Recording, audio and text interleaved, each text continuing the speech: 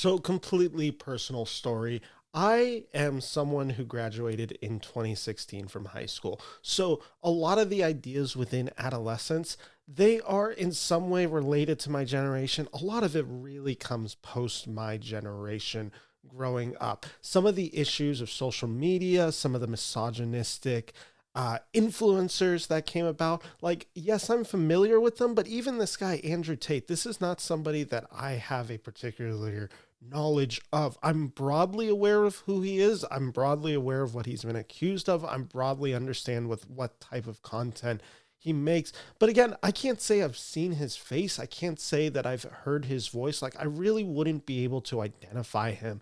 But with that said, that's what I want to talk about with this show, Adolescence, which I think is a masterpiece. And I really want to spend some time diving into this show that I think is brilliant, and specifically the idea of what it means to be a parent in the year 2025. I think that is a focal aspect within adolescence. And while watching this movie, I just kept coming up with this idea of just like, I would never want to be a parent right now. Like, I cannot imagine how anyone is raising a kid right now in the age of social media, in the age of like fake news, in the age of just like basically that the algorithm is so tailor made for somebody and it can lead them down really scary rabbit holes. Like, I just don't understand how one would teach and guide a person through this, especially a young child. And like I said, that's the weird thing about this show. And for me, adolescence is very eye opening in that way, just like kind of learning something and coming to an understanding of something that I just quite honestly didn't have this great understanding of. Growing up in the age of social media, I can fully admit, I'm 27 years old now, but like I understand some of the feelings that the main character of this show is feeling. And a lot of this show is really about this male loneliness epidemic and this idea of incels culture. And like, I understand some of that, like the anxieties, the nerves slash the anger that is associated slash found in male loneliness. Like, I get that feeling of inadequacy, which is a big tenet within this show, Adolescent. Not thinking myself as desirable. Like, those are all aspects of in this show that I understand and can personally relate to. With that said, like, there's also like some other stuff. Like, there is a psychological damage that the COVID lockdowns had that I think it specifically had on a generation younger than me, that I'm sure I experienced traumas that I will explore as I get older. But like some of the feelings that become ever present, just I don't have those resentments that I think people younger than me had. And I also don't think it also made me realize like the influence that figures like this, like figures like Andrew Tate, have on a group of specifically adolescent boys. And that's what we're talking about today in this show, Adolescence, which for those who are not aware, this is one of the most popular shows Netflix has ever released. Like, just straight up, this has skyrocketed in the charts. This has so much critical acclaim. This has everybody talking. It is a mini series from Britain. It's set in Britain that follows the influence of toxic masculinity heroes, these heroes of toxic masculinity. The show specifically references Andrew Tate. Andrew Tate is somebody in this subculture, but he is not the only one. But guys who essentially make it their personality to be proud of their misogyny, and how children are then learning masculinity through men like this. And that's what adolescence is. But more specifically, this TV show follows a generation of men raised by the Andrew Tates of the world and their social media clout and influence. And one day, this young boy named Jamie is arrested on suspicion of killing his classmate Katie. And this show is a very brutally honest and has a very eye-opening depiction of incel subculture and red pill communities, and how kids, especially adolescent boys, are susceptible to this. And I will fully admit, I'm reading my notes down here because I have a lot of thoughts on this show that I don't want to forget. And I also want to be very careful with how I word some stuff on this. Here's why I think Adolescence is a masterpiece. And for those who haven't watched it, just, I hope after this review I can convince you. And for those who have watched it, I hope my review is able to enhance your liking and understanding of this show. But what I find so interesting and what is so clever about this show and this premise is there is a very easy way this show kind of feels like a Full House episode of TV. Like, and obviously this one's would be more gritty or anything like that, but where this show is really something where we are exploring, like, it's almost like a PSA, and it's very preachy. It's like has a very specific agenda. This show is far more curious than it is condemning anything. And obviously it is condemning. It is very critical of figures like this. It is very scared of this rise in, you can call it far right, you can call it uber conservative, you can call it just gross misogyny, whatever you want to call it. But this rise that is happening, and specifically Britain, the influence that guys like Andrew Tate have on adolescents boys. Like, it is about that, but this show is also trying to understand. It is a show really willing to listen, and it's a show that's trying to put itself in the middle of a situation and have hard truths. It is a show that doesn't flinch. It never holds its punches, but it's never preachy, and I really like that about this. It is something alarming happening, and how little we understand about this. And I think that's what the show does really well. We understand very little what is going on with kids like Jamie. These kids who kind of become brainwashed / red pilled, however you want to call it. And that's all through the writing of the show. And I want to break down some specific examples. But one of the ones is like, incels and Andrew Tate are like big concepts within this show. But like this show and in real life, like there's even a difference on that. Incels can be influenced by the misogynistic teachings, I guess, of Andrew Tate. But Andrew Tate himself is not an incel. He is someone that has actually like pretty sex forward, and that is extremely problematic, and in many cases is allegedly a crime. Like, he is not a role model, but again, he is somebody that is promoting himself as masculine in the way that he gets women, and that he is having lots of sex, which goes up against what an incel is, which is, you know, somebody who is involuntarily celibate. You know, he's essentially like trying to mobilize incels and basically be like, hey, like, we're gonna like, listen to me, you won't be an incel anymore. Like, you'll get all the sex you want. You'll have all the power you want. You can drive whatever car you want, like, et cetera, and blaming everything on feminism. Like, feminism is bad. This whole idea of that 80% of women want 20% of men is like a concept that is brought up constantly in this show.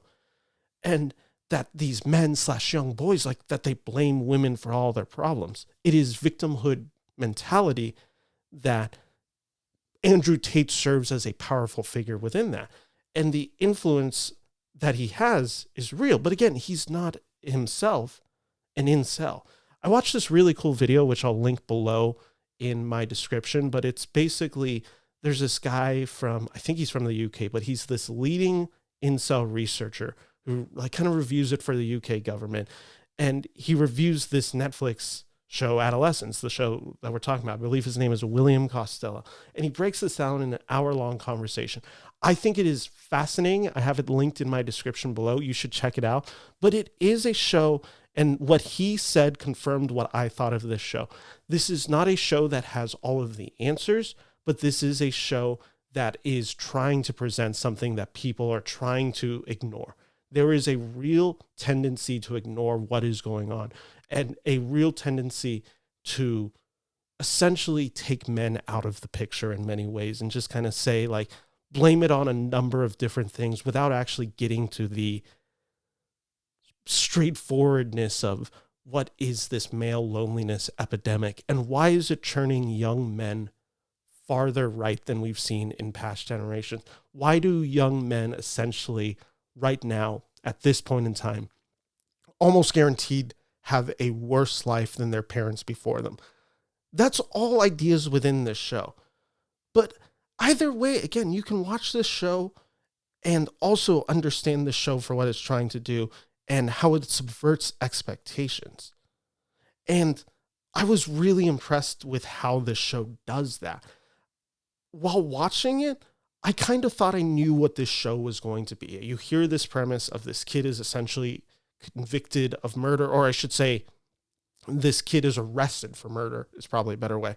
And I'm like, okay, we're going to see the kid get arrested. We're going to see an investigation. We're going to see the courtroom procedures and kind of everything that leads up to this. Is he guilty? Is he not? And this isn't a spoiler to the show, but this show flips on what I thought it was going to be. I thought it was going to be a show about this sensationalism, this trial of the century, if you will. Kind of think of in the lineage of The People versus O.J. Simpson, or When They See Us, like two shows that I think have a concept in mind that I think a lot of people would have thought was similar to what this show is trying to be. That's not what this show is. The entire show, I thought we were going to be waiting for the other shoe to drop. We aren't. The other shoe drops in about the first half of this first episode. And this isn't a spoiler or anything, but this show teaches us pretty clearly right away that this kid, Jamie, is guilty. And basically every character in this show knows that going forward. There is no litigation of the crime. There is investigation, but there isn't like a trying to break down of, oh, did he do it? Did he not? Like, it seems pretty clear. Like, this show doesn't need to convince you that what happened. It tells you that this happened, and there's really no ifs or buts about this. And everyone knows that. So instead, the show follows different characters interacting with this child. The first one is really a day in the life of the law enforcement who has to arrest this young 13-year-old boy. The second one is the detectives. The third one is the psychologist. And the fourth episode is the family of the young boy. We're experiencing Jamie through their eyes and through their recollection. And in doing so, we uncover much more about the psyche of Jamie and what unfolded and what led to all of this. And what they do smartly throughout this show is the use of a single camera shot. Think 1917, think Birdman. This is all made to look like one shot. This should feel like a gimmick, and yet I never really noticed it distracting me. The first episode, it takes you through, again, the booking of this kid. The second episode is 3 days later and follows the detectives going to this kid's school. Third episode is about 7 months later and follows the psychiatrist interviewing Jamie. And the fourth episode is, I think, about a year later and follows the family. Again, all in one shot, each chunk of life about an hour.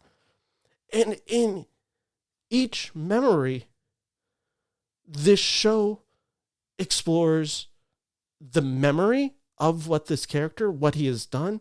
And I found it very thought-provoking and upsetting the way they do it. And you cannot talk about this show, and I'm sure a lot of people have heard this, but it is really the big point of this. You cannot talk about Adolescence without understanding episode 3, which is by far the best episode of TV I've seen in quite a while, in years. This episode follows Jamie, played wonderfully. I haven't praised any of the actors yet, but I need to. Owen Cooper plays Jamie. This is a tour de force performance from Cooper here. This is one of the best child acting performances I've ever seen. And we also follow his psychologist, played by Aaron Doherty. And this is the thesis of the show. Like, this episode 3 is everything that the show is speaking on is understood through these interactions these two characters have and this kind of standoff they have in a closed room, in a jail-like office. And everything leads to this moment and depends on it as this psychologist conducts her research. Again, it's an acting showcase. Aaron, Owen, they should automatically be up for Emmys. I'll be honest, I would just suspect right now, one, if not both, are winning them. Like, the only reason I'm like maybe saying Owen Cooper doesn't win an Emmy is just straight up because he's kind of a supporting character, I guess, even in this show, which means Stephen Graham, who is also great. I promise you we'll get to him. Like, he's also in this category, but like, it's just incredible acting. Like, Erin is like incredible in episode 3. I think it's the only episode she's in. Like, just one of the best performances you'll see on a TV show, like, point blank ever. And what's interesting is seeing these two dynamic. Listening to Jamie discuss his behavior is just straight up terrifying and gripping. He has these lines throughout which shows his views on women, and it's how the psychologist kind of like gets that out of him. The show never censors itself. It never backs away from the ugliness of this world. This is a show that deals with the reality. This is not escapism. This is not a make you feel good. This is not a show that is afraid of the world we exist in, depicting it. Like, it is afraid of it, but it's not afraid of it so much that it won't depict it. It is a very honest and vulnerable look. And he has lines throughout it, again, like his views on women, and it becomes very clear. It's such a masterclass in writing. And at one point, we learn his views on this and how he thinks of himself as ugly, and how in some ways he's like, one, trying to get the psychologist to like, build up his morale, or like say like, oh, he's a handsome young boy, like stuff like that. Like, he wants that praise and affection. But there's other stuff, like he's talking about the girl Katie, the victim of the show, and basically how there is this incident that unfolds that leaves her embarrassed by the school, and she's ashamed, and she's being bullied by everyone. And he basically has this realization as he's talking to the psychologist, and he puts it to words of like, her weakness makes her more gettable. That's what the psychologist says about it. Like, that's kind of how she diagnoses him in that moment to him. And that ability for this young boy to not really even understand what that means, but to act on that at this young age and recognize, oh, she's very vulnerable right now, so I can kind of prey on her. Otherwise, I wouldn't have a chance with her because I'm ugly. Like, that's how he's compartmentalizing everything in his brain. And he talks about his dad in one moment in this.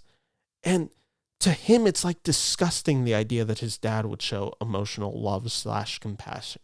Like, his dad shouldn't love him. Like, I don't think he ever says this directly, but you get the feeling that he's kind of implying like, well, if my dad loved me like that, like that'd be gay. Like, that's kind of how he's trying to almost imply it in this scene, where it's just like, real men don't love each other in that way. My mom loves me that way. My dad doesn't love me. He loves me in a different way. If he was to show me that type of emotional intimacy, or whatever you want to call it, that emotional connection, that warmth, that would be wrong of him, because that's not masculine. That's not my father. And there's so many scenes where Jamie kind of lashes out at the psychologist. He's so territorial. He's so aggressive with his psychologist, and basically tries to enforce his power and anger and make her scared of him. He understands that to him, his power is intimidation. As a 13-year-old boy, he is trying to intimidate this woman. And he has this line again and again. It's the psychology of this episode and of this show that just left me so disturbed, where he's talks about the young female victim. And it's something that you see so often in culture right now. It's this almost the idea of like the good guy, right? Like, oh, I'm not that. I'm like a good guy. And he has this whole thing where he's like, he says to the psychologist about his victim, I didn't touch her. Like, he's recounting this interaction that they had where he had the opportunity to touch her breast, right? And he says, I didn't touch her. I could have done it, but I didn't. I could have touched her body if I wanted, and I wanted to. Like, he's admitting that he wanted to touch her, but I didn't. And to him, he's like, that makes me a good guy. He's essentially saying, I could have sexually assaulted this girl, but I didn't. Where's my flowers? Like, to him, that's good behavior. Like, that's fucking scary. That, like, that's how his brain thinks. And, like, that, like, he should be rewarded for having sexual violent fantasies and not acting on it. Like, in his mind, that makes him better. And, he does this throughout, like, the way that he degrades his victim. Like, when he's talking to the psychologist, like, he wants this enforcement that tells everyone, like, like, well, she, like, I didn't do this, but if I did, like, she fucking deserves it. Like, he keeps calling her a bitch. Like, it's a very key word used in this scene. He's like, she's a bitch. She's a bullying bitch. Like, he kind of keeps repeating it throughout and throughout. And you're just like, again, this is, again, this guy's psychology, this kid's psychology, where you understand it. Like, you're like, okay, he is either having delusions, like, or whatever is going through his mind, but he's lying, he's manipulating the situation, and he also kind of wants to just say, like, she deserves this. Like, that is what he's saying in this moment. And he implies that, like, other things, like the view that he has on the psychologist, this young woman. And he basically says it to her without, I think, directly ever saying it. But again, it's either implied or it's pretty explicitly stated in one way or the other. Like, she has life easier because she is pretty. Like, he acknowledges her beauty, and in her beauty, that, like, her life is better because of it. And, like, I think that's also a thing of what allows Jamie to talk to her, because as much as he clearly doesn't want to talk to her, as much as, like, all this conflict that he's having with it, he's also like, wow, this, like, beautiful woman is spending time with me and, like, asking me about my day and how I feel. And, like, that's, like, internally, like, that's nice. Like, that's a relationship, right? Like, that's what everybody craves in a relationship, where you can be fully vulnerable and be fully yourself and have someone to talk to with how you're feeling in his head. And he sees it as like, wow, this woman is giving me that. It shows how screwed up his psychology is. And it's moments like that just symbolize why this show is so brilliant. And one of my favorite things about it, with this show being called Adolescence, is this show is about adolescence. This kid is a 13-year-old kid, and he's depicted as a 13-year-old kid. In the first scene we meet him, he soils himself because he gets scared of the police. Like, he has all these, like, little small things. Like, he has, like, this bedroom that's, like, filled with, like, he has a teddy bear that comes up really later in a very devastating scene. Anyone who's seen the show knows what I'm referring to. He has these, like, walls decorated with space. Like, he has, like, this, the way he eats food is, like, very particular. Like, he gets enjoyment in marshmallows and chocolate. Like, all that. Like, he is very clearly a kid, despite everything that's going on and despite the actions of what he's done. And it's moments like this, like, that capture the brilliance of the show. And I want to just say to anyone who hasn't watched it yet or has watched it, just go back to episode 3 and notice the way that this scene is directed and the cinematography in this scene and the way the set moves. Notice how the psychologist positions herself around Jamie. When she decides to move her chair, where she moves her chair. Notice the costume design, how this woman dresses in blue. And it's an outfit that allows her to be professional, that is feminine, but also not intimidating, to make the boy feel comfortable. Like, it's all there in this show. It's pretty brilliant. And all this brilliance, like, is in episode 2 as well. Like, there are these little moments throughout that are so fantastic that, again, kind of fill up this world. And I know I'm kind of rambling on this show. I have to get this all out because I was so amazed by it. The little moments and character interactions are, like, so dire to this show. They are the makeup that makes this show great. Men versus women behavior is at the forefront of this show. And you see that especially in the school setting. Women are the law in this school and the ones who have passion for their jobs as, like, educators. The male teachers lack control, and seemingly the ones we interact with don't discipline, and they kind of hate their jobs. And then notice how the kids react. Watch again. Go watch episode 2 and watch the background characters. Notice how the boys joke about the murder. Notice the disrespect they have for authority. Notice how they treat one another, and specifically treat their fellow classmates who are female. And then notice how the girls act. The boys make these crude jokes about the murder. The girls realize that the situation is serious.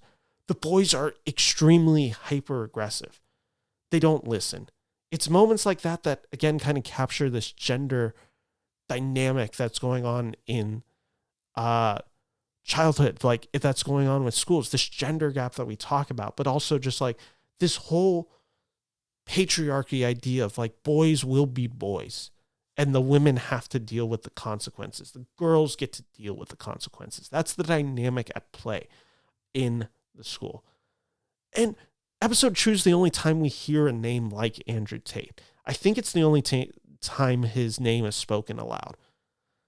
This show is about the subculture of him, but more or less it's a show about how young audiences that watch him and the indoctrination that happens.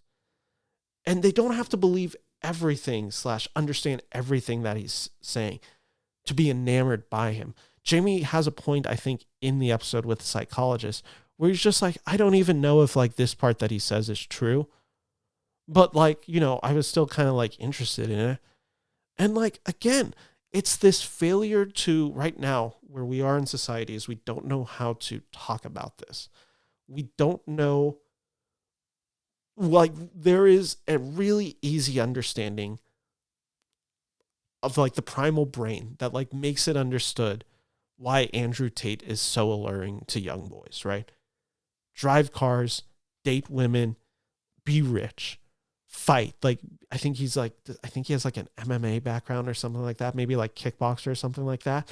Like he is so uber at like masculine.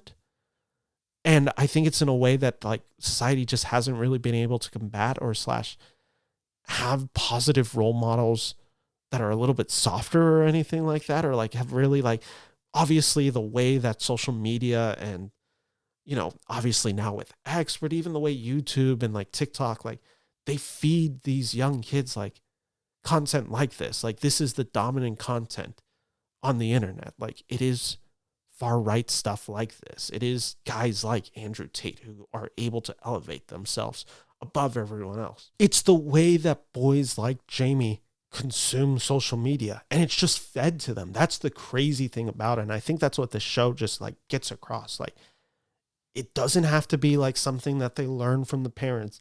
It doesn't have to be something that like, you know, they learn at like school or anything, or like some person at the schoolyard like really like teaches them about. It's just they can be on their phone on TikTok and this content gets fed to them. Like that's crazy. And it's also a show that understands in many ways like the lack of an understanding of incel culture.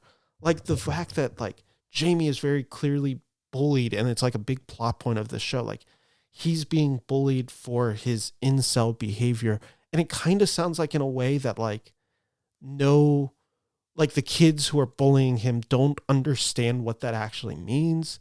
Like that they just kind of hear it and they kind of repeat it. And like, it's a mean thing to say to like a boy, all of this. And again, that's not to justify anything that happens, but it's again, a lack of understanding. It's a lack of compassion. Like all of this, that's like really like comes out in like just such ugly ways. And we see self-fulfilling prophecies from that. With that all said, it all leads back to Stephen Graham of the show. And this is kind of where I'll wrap it up. Like Stephen Graham gives one of the greatest performances in TV I've seen, just period ever. He plays Jamie's father in this show. It's one of the most upsetting character performances I've ever seen in a show, in television, maybe ever. Like just straight up, we don't know everything about this guy. We do know that he seems to have a temper, but he doesn't seem to be a bad guy. He's not an abuser. He seems to like love his family. His family loves him. Like the son worships him. Like he is ultimately an everyday dad who is put in the middle of this situation and kind of just doesn't understand what's going wrong. And we're seeing so much of this story through him. The complexity of human psychology, morality, identity, like that's all in there as this father is having to kind of reconcile with his adolescent son, like the adolescence / innocence of youth mixed with the ugliness, brutality of murder.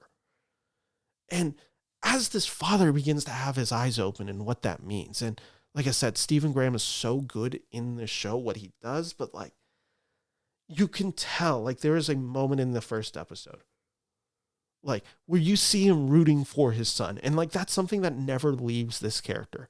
He is always on his son's side, But with that, he also understands what his son did and has to come to terms with that. You know, by the end of season one, he knows his son is guilty. Or episode one, I should say. Like, you know, by the end of episode one, he basically has an understanding that his son is guilty and what he's done, and like how the father looks visibly sick throughout most of these scenes. Like, you see him almost like, in many ways, it almost feels like he is just like a dead man walking. And just like the way he has to deal with that. And like, there's this one scene in episode 4. And again, I don't think anything that I've said is spoilers, but I think it's just context for what this show does so well. It's interactions like this. Like, every scene in this show is this moments that, like, these small character moments that happen. But one of these small moments, this father is at like this Home Depot and he meets one of the workers there. He's buying paint, and this worker, I think he's probably like college age, maybe high school age, but you know, young guy.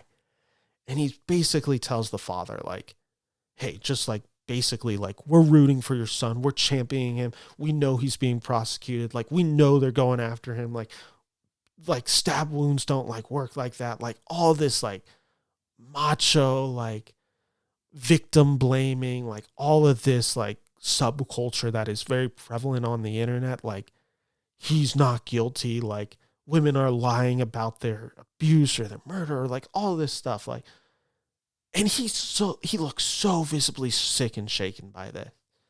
And that's the upsetting, that's the interesting, that's the last point that I have on this show, is it is the damage that this stuff has on young kids. But it's specifically the grip that it has on young boys, and how it seems impossible that any young boy can grow up normal. That's what I was thinking watching this show, where I was just like, how does any person come out of this a normal, well-adjusted human being? Like, the challenging of parenting seems so crazy right now. Like, I can't imagine having to navigate this stuff with a kid. And obviously this is going to require education. This is going to require thoughtfulness, but this is a real issue. And I'm glad this show, even if it's maybe not the most perfect depiction at all times, again, watch that video that I have linked in my description. I think it's fascinating to kind of hear someone who studies like and research this online epidemic that's happening to young children. Like, I find it interesting, his perspective on it, but he kind of hits on it too. Like, we need to be having this discussion, and anything that pushes us forward to having this discussion is good. I will never forget this show. I don't know if I ever need to watch the show again because I was so shaken. That's not a diss on the quality of this show. This is masterful TV making. This is the best of art. And what you hope that art can do is it can influence change. That's really what you hope, that someone sees it and they understand it, that they can emphasize it, they can understand it in a way that they wouldn't understand it just by reading some guys like reports. So that's what I think Adolescence does so well. It's on Netflix now. Check it out. It's streaming now. Sorry for this really long review, but I hope everyone who's stuck around, you enjoy it. I hope you consider subscribing to my channel, and we'll be back in the next few days. But thank you all so much for watching it. Oh, by the way, Adolescence, probably obvious, 5 out of 5 stars. So thank you so much for watching. Take care. Bye-bye.